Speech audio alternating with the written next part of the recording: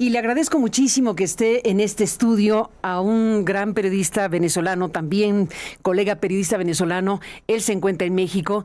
Joseph Polizuk es un periodista muy reconocido a nivel internacional. Acaba de recibir apenas, tuve el privilegio de estar en la ceremonia donde recibió junto con otros periodistas el premio Gabo. Recibió pues como parte de Armando.info, que es un medio de comunicación muy relevante a nivel continental.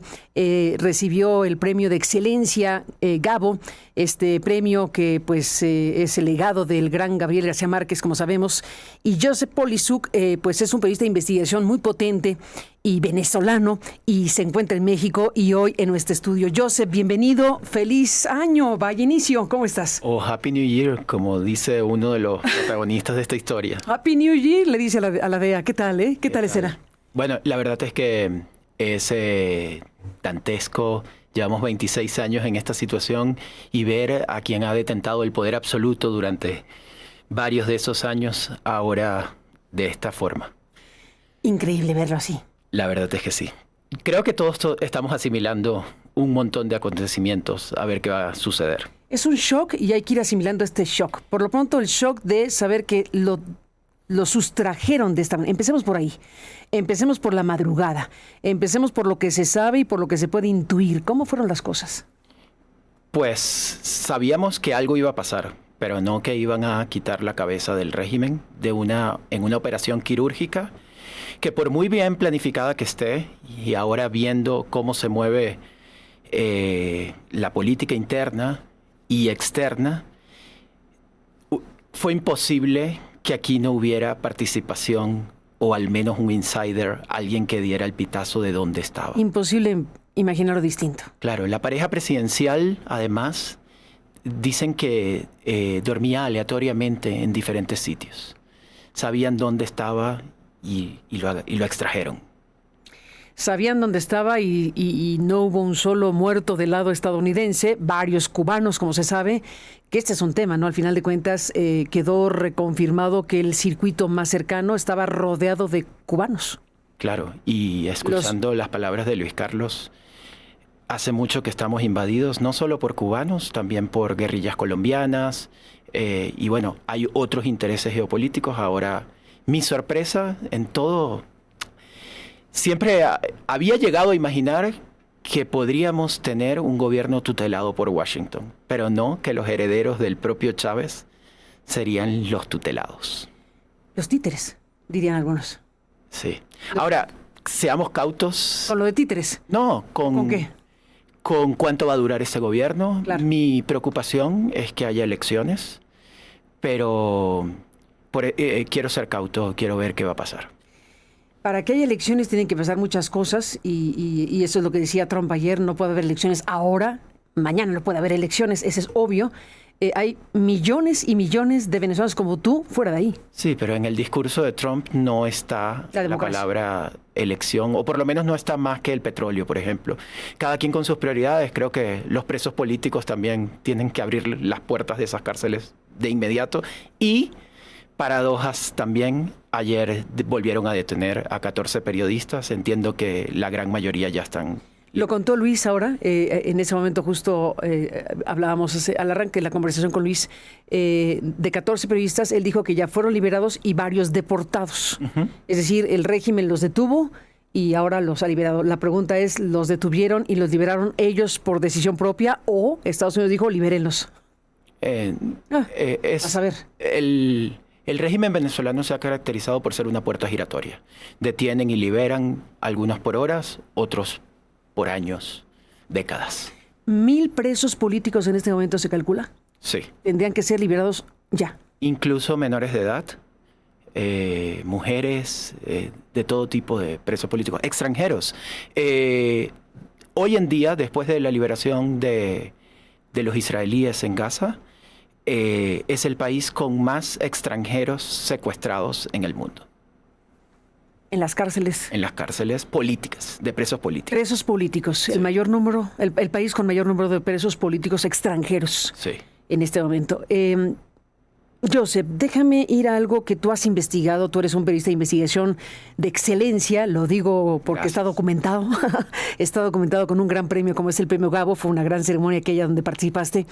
Y bueno, dentro de tus trabajos de investigación está el tema del narcotráfico, el tema del crimen organizado, el tema del cártel de los soles. Déjame ir aquí, porque se ha acusado a Maduro de ser el líder del cártel de los soles.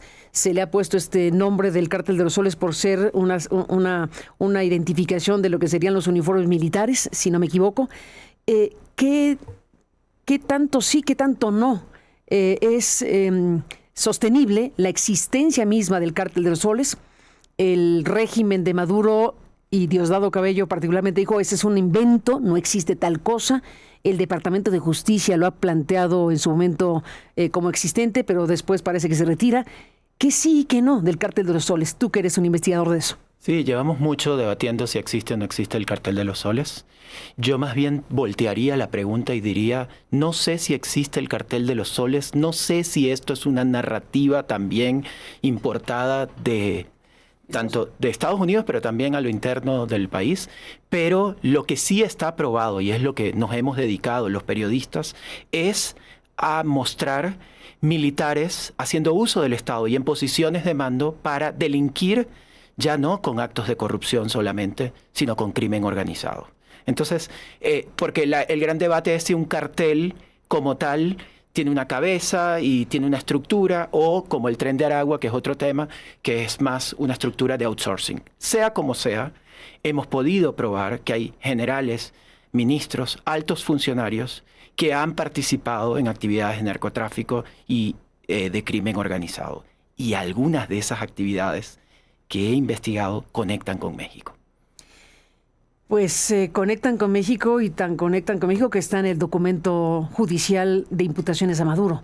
¿Qué tanto conecta con México? ¿Qué nos podías contar de Venezuela, México, Maduro, México? Todo lo que has podido saber en estos años. Y si la mitad de lo que dice esa imputación, porque como es la justicia norteamericana, te da los hechos, después en el juicio intentarán o los probarán. Es cierto. ¿Y los pueden ampliar o se queda con ese comentario? Sí, pero si la mitad de eso es cierto, la verdad es que hela la sangre, hiela la sangre. Hiela la sangre, sí. Porque es en todo el hemisferio.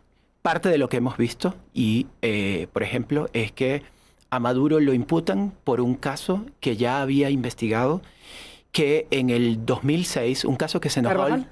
Sí, pero es que no es solo Carvajal, es Walid Maclet, el tercer narcotraficante más buscado por la Casa Blanca de Obama. Ese avión fue el trasiego de droga aéreo más grande del hemisferio. En el año 2006, 5.5 toneladas de cocaína que salieron no solo del principal aeropuerto del país, el aeropuerto comercial, sino al lado del hangar presidencial, donde por cierto estaba esa misma guardia cubana. Entonces era imposible que eso saliera de allí sin que el gobierno tan siquiera supiera. Entonces, eso iba para Toluca, pero supongo yo que hubo unos delatores, y en Ciudad del Carmen termina aterrizando con otro avión que estaba esperando el relevo para llevar esas 128 maletas, porque era un avión DC-9 comercial en el que no iba un pasajero, solamente 128 maletas en primera clase, que iban a hacer escala en Ciudad del Carmen y iban a terminar en Estados Unidos, pero fueron descubiertas. Y allí algo interesante es que empezamos a investigar el tema, y como en Venezuela era imposible tener acceso a eso, a testimonios y documentos, en su momento yo hice uso de la potestad del IFAI. Que en paz descanse. Que en paz descanse, y por eso es que tenemos que tener instituciones eficaces, robustas, eficaces. De transparencia. Gracias a eso, y a pesar de buena parte de los documentos testados, pudimos corroborar que ese avión y otros iban pilotados por uno de los pilotos del Chapo Guzmán. Entonces, imagínate en aquel momento la sorpresa de el cartel de Sinaloa, eso de México, aterrizando y despegando aviones en el principal aeropuerto del país. ¿Esto lo supieron hace cuánto? Bueno, aquí dan también las anécdotas como periodista. Esto es uno de los grandes escándalos que yo creo que me he topado en mi carrera, pero la sociedad venezolana en su momento no leyó, no vio la gravedad de lo que estábamos hablando. Y de México también. Y de México y del mundo. Y del mundo, porque estaba mostrando una cosa brutal. Y hoy no lo podemos creer. Y ya no lo podemos creer. Bueno, ya tenía que creerse en términos periodísticos, sin duda, pero hoy estamos viendo judicializado el tema. Sí. Esto es uno de otros. Es uno de otros, pero digamos que hay antecedentes periodísticos, por eso es tan relevante el trabajo que han hecho ustedes en Armando.info. Tú como periodista, tus compañeros han aportado informativamente cosas muy poderosas, muy impactantes. Esta es una de ellas. Déjame derivar a otras. Está el tema de los paquetes de alimentos, que también nos habla de un filón de relación México-Venezuela, Venezuela-México. Sí, y es que también, seamos sensatos, también como narrativa política se ha hablado de un cartel, de crimen organizado, pero es que Venezuela, que es lo que nosotros día a día en nuestro trabajo en Armando.info vemos, es una cleptocracia. No solamente es tráfico de drogas, es que los mercados negros y el control de la economía han hecho que hasta la comida se trafique. Y eso fue también un caso que hemos cubierto y documentado y que hemos demostrado que involucra al propio Nicolás Maduro. Las cajas de alimentos subsidiados del gobierno, como un mecanismo clientelar, te doy alimentos y votas por mí. Sí, donde hemos oído. Y hemos demostrado que tienen sobreprecios. Hemos practicado análisis bioquímicos, por ejemplo, de la leche y hemos demostrado que no es leche. Y que es un negocio que a través de empresas offshore involucraba directamente al propio Maduro. Al propio Maduro. ¿Y qué papel jugó México en este capítulo? Sí. Hubo 8 marcas de esa leche. Una de ellas era leche made in Mexico. No aceptada, no consumida, no comercializada en México, pero vendida a estos proveedores de Maduro, Alex Saab, para estas cajas CLAP. Ni más ni menos. Estamos hablando de leche que no tiene que tiene sodio, perdón, o sea, leche salada, que no tiene las vitaminas, que no es leche en realidad. Leche. Y bueno, de esas 8 empresas había esta mexicana que forma parte de esta investigación y que es uno de los elementos, como dice, una cleptocracia que tiene que ver con varios elementos narco, alimentos, otros delitos relacionados. Sí, claro. O sea, al final, también para acercarnos y tratar de ser didácticos, esa llamada dictadura perfecta que Vargas Llosa describió del PRI, aquí estamos hablando de una estructura partidista pero militar que reparte negocios entre generales. Y entonces está la comida, está este caso de las maletas llenas de cocaína y hay otros tantos. El tema militar es clave y por eso muchos, no sé qué pienses tú, en México dicen hay que vernos en el espejo de Venezuela. ¿Tú ves a México en ese espejo de Venezuela? ¿Tú ves en tu análisis personal y periodístico, ves que México se conduce hacia territorios como los que tu país ha vivido en las últimas décadas? Pues hay elementos que me preocupan, sin embargo no es el mismo caso. El diseño de la economía venezolana está basada enteramente en el petróleo. Y ya era débil, la clase empresarial ya era débil, pero se expropió, se le aisló, etcétera, etcétera. En México todavía hay unos poderes que me parece importante mantener, etcétera, etcétera. Pero bueno, para no rehuir tu pregunta, me parece preocupante el tema militar y me parece preocupante la reforma judicial. Sin duda, Joseph. Déjame regresar al punto de lo que está ocurriendo en estos momentos y que tiene que ver con este gobierno que se instaura de esta forma, estos administradores, llamémosle, Delcy Rodríguez y Jorge Rodríguez en el Congreso. ¿Qué tipo de cosas pueden ocurrir en un país donde tantos millones están fuera? ¿Qué tipo de situaciones pueden venir? ¿Crees que hay condiciones para regresar a Venezuela? ¿Para apostar desde Venezuela por la reinstalación de una democracia perdida? Pues estoy esperando el día siguiente para poder volver, para reconstruir. sirva esto también como agradecimiento para todos los que estamos en el exterior, en mi caso en México, porque nos han abierto las puertas. Pero viene una transición y me preocupa que no sea la democracia. Ojalá podamos volver muy pronto y reconstruir el país. ¿Qué piensas cuando se oye tan brutalmente a Donald Trump responder a la pregunta de quién gobierna a Venezuela? Y la respuesta es yo. ¿Qué te dice como venezolano esta frase, esta única palabra, yo? Yo no he terminado de asimilar todo lo que ha pasado. Es una indigestión. Estamos en shock. Además, como anécdota, me levanté ese día con un temblor y en la noche no pudimos dormir con todos los temblores que había desde Caracas. Sí.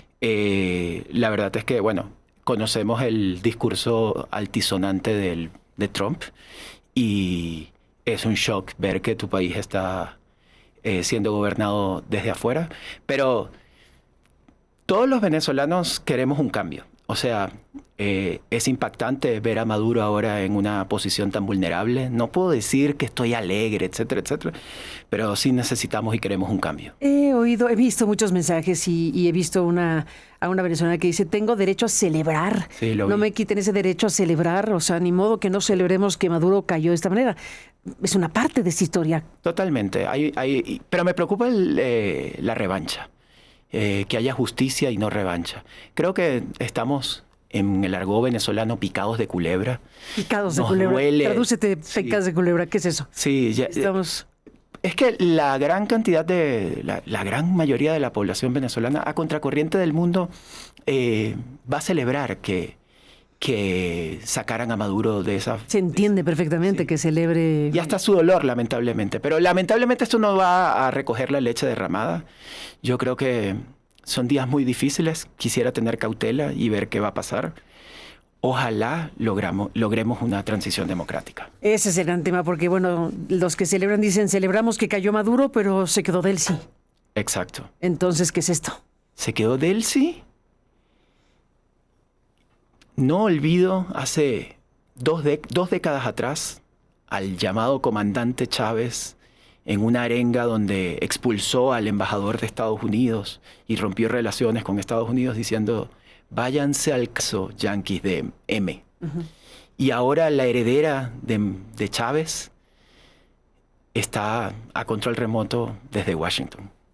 La heredera de Chávez está a control remoto desde Washington. La heredera de Chávez, de Maduro. Tal cual. Sí. Tal cual. Uh-huh. Y su hermano otro tanto. Sí. Diosdado Cabello, ¿qué personaje? ¿Qué papel crees que va a jugar? Tampoco tiene alternativa. ¿O qué piensas? A ver. ¿Es un personaje que se cocina aparte? Sí, pero ellos nunca se han querido, pero se necesitan. Uh-huh. Y más que nunca. Y más que nunca. Pero además lo que llama la atención es que Maduro mandó a los Rodríguez a negociar en Qatar. Una de las tantas negociaciones que ha habido y que ahí ya también tienen ellos mucha responsabilidad porque se burlaron del mundo. No, siempre asumieron unos acuerdos que no terminaron cumpliendo. Pero lo que empieza a concluirse, a desmembrarse de todo esto, es que negociaron, pero negociaron a espaldas de Maduro. Tal vez negociaron a Maduro. Tal vez negociaron a Maduro. Pues a la luz de lo que estamos viendo, no es tan descabellado pensar. Es lo que empieza también a salir en varios reportes. Pienso principalmente en uno del Telegraph, que con fuentes de Qatar empezaron a advertir sobre eso. David Saucedo, un analista mexicano, escribía ayer algo así como un madurismo sin Maduro. Pero es que ya había un chavismo sin Chávez. Pero no sé. Creo que es una vocación de mantener el poder a como dé lugar, pero no les veo ideología, no les veo claro para dónde vamos.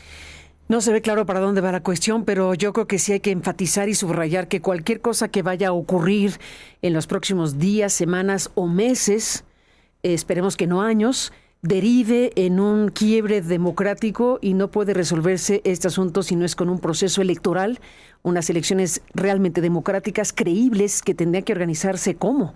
Eso es lo único que tendría que estar permanentemente en la mirada. Venezuela hoy se encuentra tomada, gobernada de esta manera, con esta suerte de protectorado, si lo queremos ver así, que no puede durar la eternidad, tiene que ser un proceso transicional. Una vez ocurrido lo ocurrido, tiene que ser un proceso transicional que derive en una real democracia. Esto hay que decirlo todo el tiempo. Totalmente, solamente añadiría que libertad para los presos políticos y garantías de derechos humanos para todos. Y la liberación de los 1000 en este momento es urgente. Sí. Vamos a ver si al gobierno de Donald Trump y a Marco Rubio ese tema les es importante y le exige al régimen o a la administración en curso que libere a estos presos.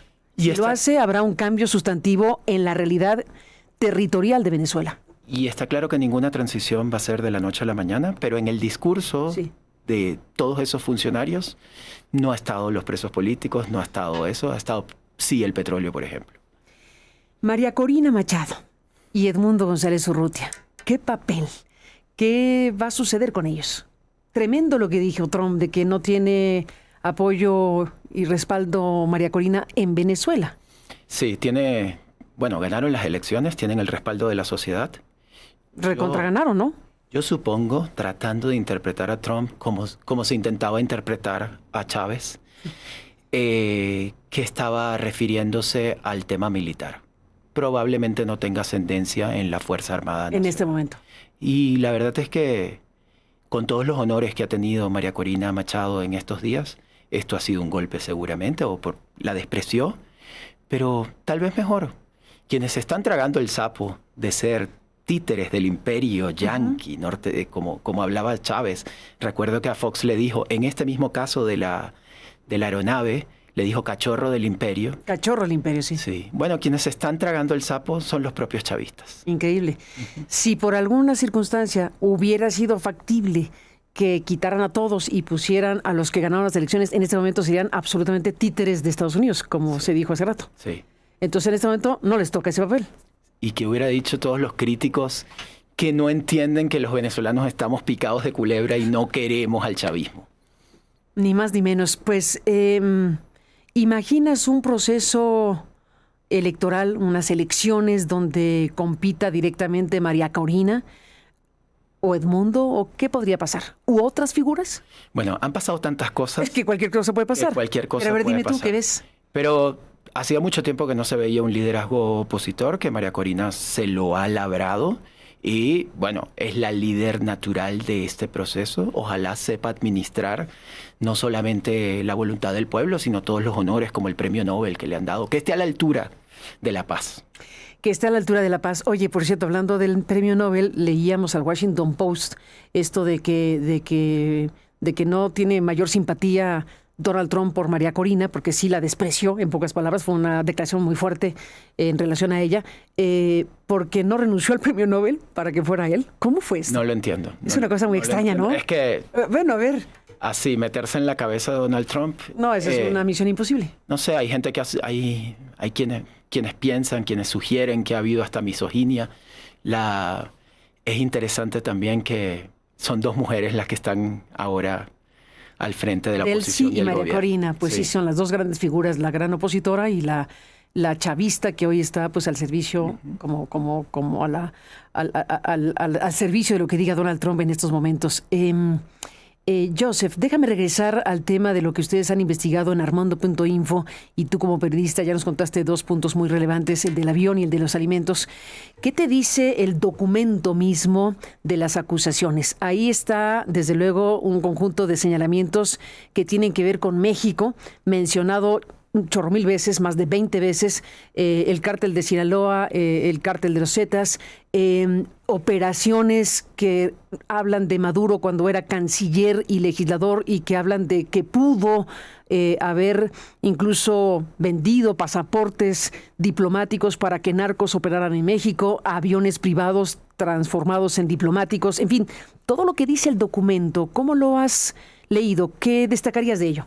Destacaría una cosa que ha pasado debajo de la mesa y que me parece gravísimo y estamos tratando de investigar el tema, y es el uso de la Embajada de Venezuela en México como hub para narcotraficantes mexicanos.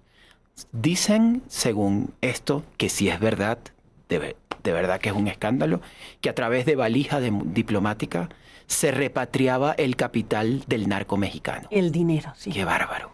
¡Qué bárbaro! Eso dice el documento. Eso dicen, habrá que probarlo. Lo tendrán que probar en tribunales, ya están ahí. Ya están ahí, imputándole eso a Maduro. Pero sí, o sea, esto no solo es Venezuela. No. Es una transnacional del crimen. Y que explicaría muchas cosas también. O sea, es verdad que aquí se ha sostenido la política e incluso el equilibrio político de otros países a partir de dineros mal habidos. Ahora, se están refiriendo a presuntos hechos ocurridos en esta trama, donde se involucra al territorio mexicano en 2006, 2007. Son muchos años los que han pasado y era el tiempo donde Maduro era canciller. Si no me equivoco, legislador, pero canciller principalmente.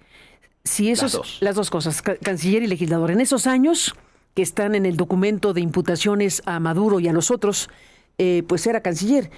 Uno se pregunta, ¿hasta ahí van a quedar las acusaciones o se ampliará al tiempo en que ha sido presidente? Si hizo lo que dicen que hizo cuando fue canciller, ¿qué le imputarán cuando fue presidente? No está en el documento. Hay menciones de que ha convertido a Venezuela en un hub para el narco, etcétera, etcétera. Pero no hay especificaciones de...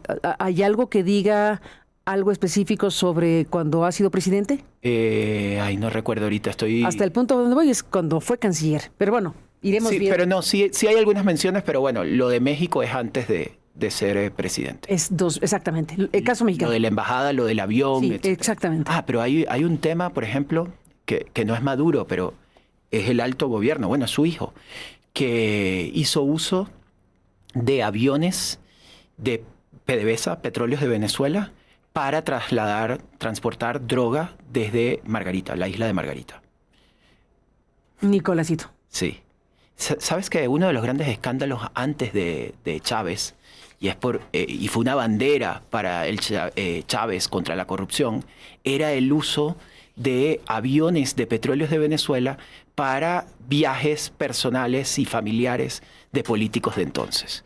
Si es verdad que transportaron droga desde esos aviones, mira cómo ha cambiado nuestro país. Mira cómo ha cambiado el país, sin la menor duda. Pues, Joseph, estamos frente a todo esto.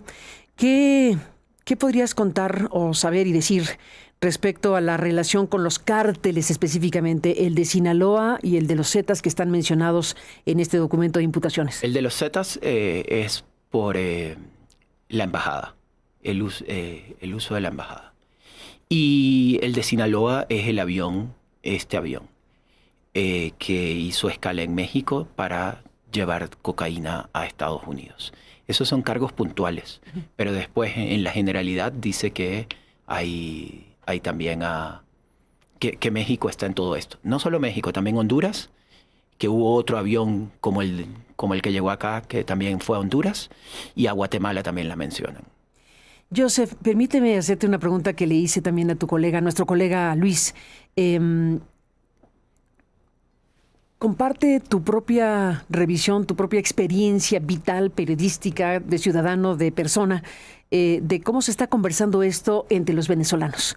¿Cómo lo están procesando? ¿Qué destacarías de las charlas, conversaciones, de los chats, de lo que está sucediendo entre los venezolanos, los que están allá y los que están afuera? Bueno, por un lado veo a una sociedad que quiere celebrar, que está contenta y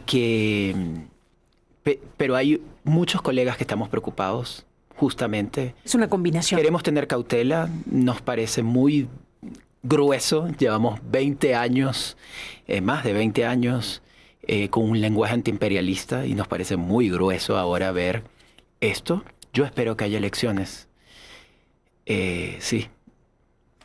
¿Y dónde estarían los puntos de controversia entre los venezolanos ahora? ¿Cómo se está leyendo el asunto? Es que creo que Trump ha polarizado no solo a Estados Unidos, incluso a la oposición venezolana. ¿Cuáles son los dilemas de la oposición venezolana? Es que ya era un dilema para María Corina y ha sido su lastre, su carga, tener que cargar con el discurso de este señor.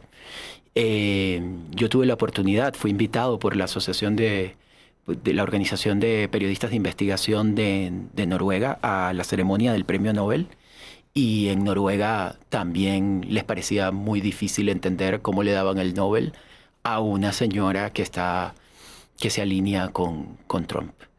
Pero bueno, también hay que reconocer, y aquí esto también va para México, para nuestros colegas, no colegas, el resto de los latinoamericanos, que aquí se está reclamando la soberanía territorial, pero nadie se rasgó las vestiduras por la soberanía popular. Y más que eso, no puede ser que los derechos humanos estén después de los derechos de alguien que se robó las elecciones. La OEA, ¿no? Para hablar de este organismo multilateral de América, pues no hubo los votos suficientes para pronunciarse por lo que ocurrió con las elecciones, es lo que estás diciendo. Estamos por ver qué pasa en la OEA. No solo eso, por hablar, presos políticos. Los presos políticos, ni por las elecciones ni por los presos políticos. Ni la OEA, por los asesinados. Hay dentro de esos presos políticos hay que destacar que hay gente con discapacidad, que hay menores de edad. Esto, ¿dónde vivimos? ¿Dónde vivimos? ¿Dónde estamos? Sí, totalmente. Ese es un reclamo, me parece que justificado, de dónde estaban ustedes. ¿Dónde estaban ustedes cuando fueron las elecciones y fueron robadas? ¿Dónde estaban ustedes que ahora reclaman el derecho internacional, que debe reclamarse sin duda, pero también el reclamo es justificado? ¿Dónde estaban cuando ocurrió lo otro? Y yo, porque es también nuestro trabajo en Armando.info, casi que nuestra línea editorial no es solo periodismo de investigación, es la cleptocracia, porque sabemos que esto no es ideología, esto es corrupción. Yo creo que esa corrupción bañó a Latinoamérica e hizo que muchos, no solo líderes, miraran para los lados. Ni la menor duda. Te propongo, Joseph, hacer una pausa. Déjame hacer una pausa y volvemos contigo en esta importante conversación y vamos a recuperar algo de lo que está ocurriendo justamente ahora en la OEA. En la OEA, donde en las pasadas circunstancias México prefirió no asistir, que ese es uno de los capítulos más vergonzosos, me parece, de la presencia de México a nivel internacional en aquel momento. Ahora veremos qué papel juega México en la OEA, pero por lo pronto está ya la sesión de la OEA en estos momentos de este martes 6 de enero, Día de Reyes. Regresamos en esta conversación con Joseph Polisuk de Armando.info, colega periodista venezolano que está radicado en México en estos momentos.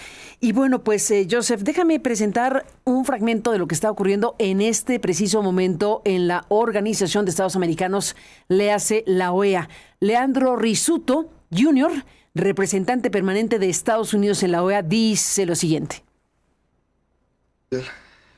Distinguidos colegas, los Estados Unidos ven con beneplácito la oportunidad de abordar la situación de Venezuela con esta organización, una organización que ha sido fundada en los principios de la defensa de la paz, la seguridad y la democracia en todo nuestro hemisferio. Permítame ser claro, los Estados Unidos no invadió Venezuela. Eso fue una acción de la fuerza pública que resultó en el arresto de una persona que ha sido acusada y su coacusado para que enfrenten la justicia de este país. Yo les hago un llamado a todos a que lean las acusaciones de marzo del 2020. Son 26 páginas que explican los diferentes delitos que fueron cometidos en contra de ciudadanos estadounidenses y las muertes que esto causaron. Estas acciones no fueron tomadas a la ligera. El presidente Trump le ofreció a Maduro diferentes vías de escape y él se rehusó a tomar estas salidas.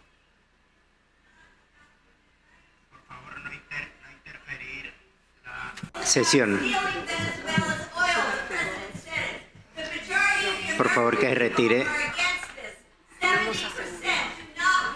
Retiren a la persona de la sesión, por favor.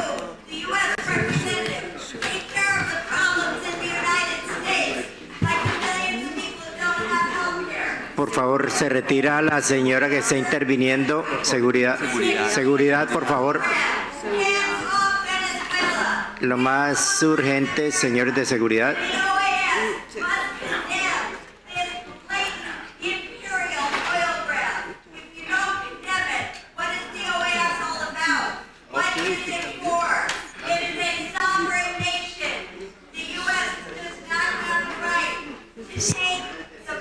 Por favor, señores de seguridad.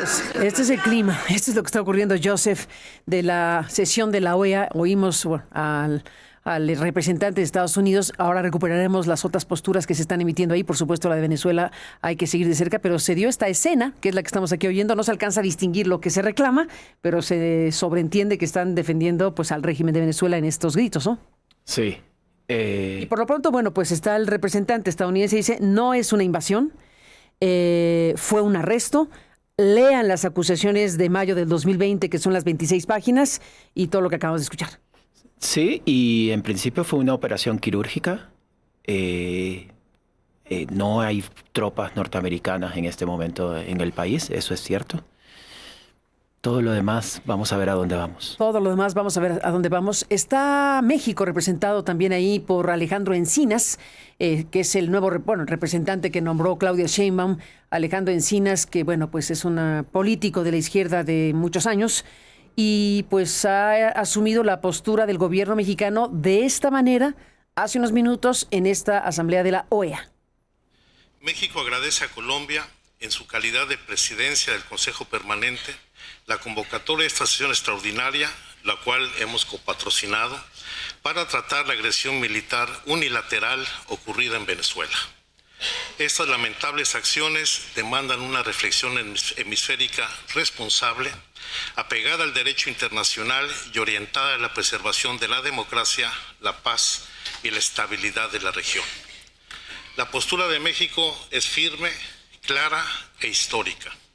Para mi país, la no intervención en los asuntos internos de otros estados no solo es un principio constitucional de la política exterior mexicana, sino uno de los que rigen las relaciones entre todas las naciones del mundo. La proscripción de la amenaza y el uso de la fuerza contra la soberanía, la integridad territorial o la independencia política de todo Estado es el fundamento del derecho internacional, sin importar el país o el gobierno de que se trate. La soberanía y la autodeterminación de los pueblos no son opcionales ni negociables. Son principios jurídicos fundamentales que deben respetarse siempre, sin excepciones.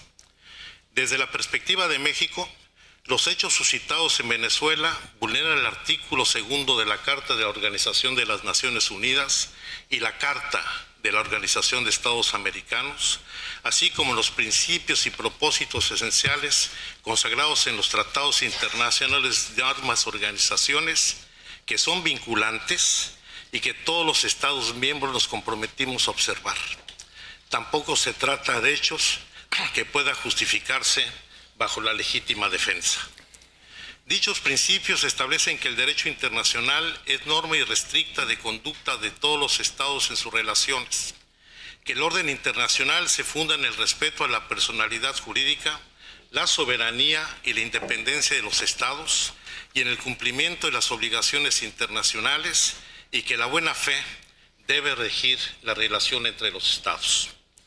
En ese sentido, México reitera su llamado urgente a respetar el derecho internacional, a cesar y a no repetir actos de agresión contra el gobierno y el pueblo de Venezuela, y a privilegiar en todo momento las vías pacíficas para la solución de las controversias. La historia nos ha enseñado que solo los pueblos pueden definir su camino, ejercer soberanía sobre sus recursos naturales y definir libremente su forma de gobierno, así como su modelo económico, social, sin presiones externas. Es necesario advertir que los cambios de régimen por actores externos y la aplicación de medidas extraterritoriales no solo son actos contrarios al derecho internacional, sino que históricamente han agudizado los conflictos y vulnerado el tejido social de las naciones. La historia de América Latina es contundente. La intervención nunca ha traído democracia, nunca ha generado bienestar, nunca ha generado estabilidad duradera. Esto ha dicho México a través, el gobierno mexicano a través de Alejandro Encinas. Josep Polisud, ¿qué te dice este planteamiento del gobierno mexicano? Sí, tomo nota y veo en su discurso que habla de orden internacional y de soberanía. Dice que solo los pueblos pueden elegir su camino, pero es que el pueblo de Venezuela ya había elegido su camino y los pueblos de América Latina no escucharon al pueblo venezolano. Parece algo de perogrullo, pero es que por supuesto que la soberanía territorial es fundamental, pero también la soberanía popular. Pero también la soberanía popular, efectivamente, que es lo que has dicho en esta conversación, que te aprecio mucho, Joseph. Déjame cerrar esta charla, que te aprecio muchísimo, con algo de lo que ya conversamos, pero siendo tú un periodista, has analizado políticamente lo que está sucediendo. Tú eres un gran periodista de investigación. Déjame regresar a un punto que ya mencionamos un poco más atrás en la charla, que tiene que ver con el tema del cártel de Sinaloa y el sexenio de Vicente Fox y el Chapo Guzmán. Tú mismo escribiste, ahora lo revisamos en estas últimas horas, un texto en el Universal que se llamó hace algunos años La conexión del Chapo. Esto lo escribiste un domingo 9 de junio de 2013 en el Universal. Y La conexión del Chapo, habla de que el piloto del Chapo Guzmán aterrizaba en Maiquetía, vivía en La Lagunita y sacaba aviones en las narices de casa militar. Su nombre es clave en uno de los casos de Estados Unidos, le imputa a Macleth. Y es lo que tú escribías en aquel 2013.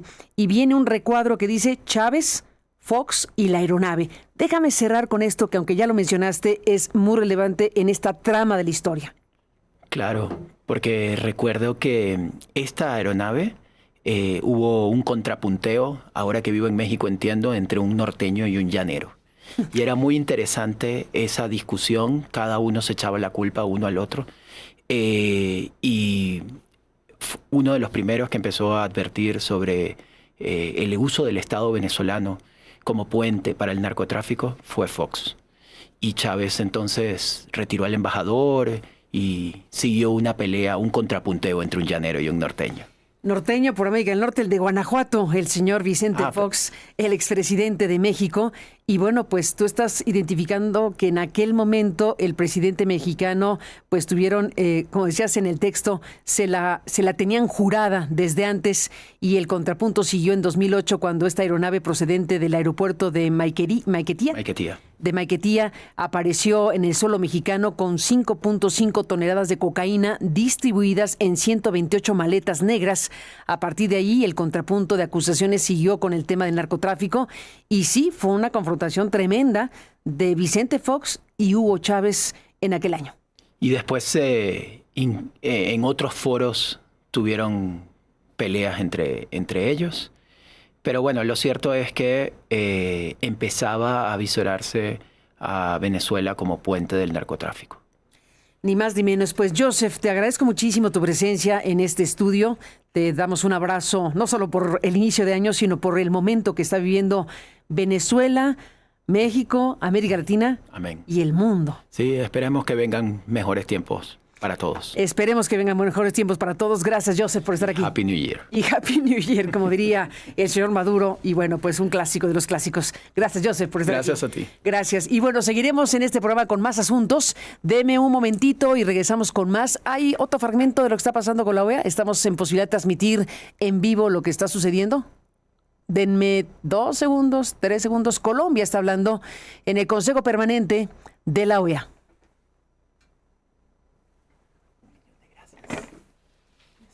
Muchas gracias, señor presidente. La misión del Perú agradece la convocatoria a esta importante sesión para tocar un tema tan sensible para el hemisferio. Y igualmente, gracias por su saludo, señor presidente, y aprovecho la ocasión también para desearle éxitos en su gestión acá a la cabeza de este órgano político, y cuenta con todo nuestro apoyo. Antes de empezar mi intervención, señor presidente, la delegación del Perú desea solicitar respetuosamente a esa presidencia que se conceda un minuto de silencio en memoria de todas las víctimas por la violación de los derechos humanos en el régimen de Nicolás Maduro. Creo que es un gesto que honra a las víctimas y que reafirma el compromiso de la organización con la dignidad humana y los derechos humanos. Absolutamente concedido, señor embajador, y muchas gracias a nombre de toda la organización. Tenemos un minuto de silencio.